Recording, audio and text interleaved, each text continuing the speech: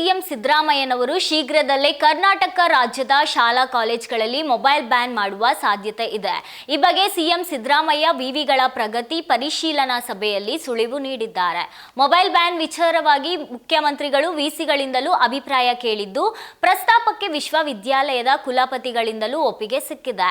16 ವರ್ಷದೊಳಗಿನ ವಿದ್ಯಾರ್ಥಿಗಳಿಗೆ ಮೊಬೈಲ್ ಬಳಕೆಗೆ ಕಡಿವಾಣ ಹಾಕಬೇಕಾಗಿದ್ದು, ಆಸ್ಟ್ರೇಲಿಯಾ ಸೇರಿ ಅನೇಕ ದೇಶಗಳಲ್ಲಿ ಈ ನಿಯಮ ಮಾಡ್ತಾ ಇದ್ದಾರೆ. ಸೋಷಿಯಲ್ ಮೀಡಿಯಾಗಳಿಂದ ವಿದ್ಯಾರ್ಥಿಗಳು ಹಾಳಾಗ್ತಿರುವ ಆರೋಪ ಹಿನ್ನೆಲೆ ವಿದ್ಯಾರ್ಥಿಗಳ ಮೊಬೈಲ್ ಬಳಕೆ ನಿಷೇಧಕ್ಕೆ ಚಿಂತನೆ ಇದೆ.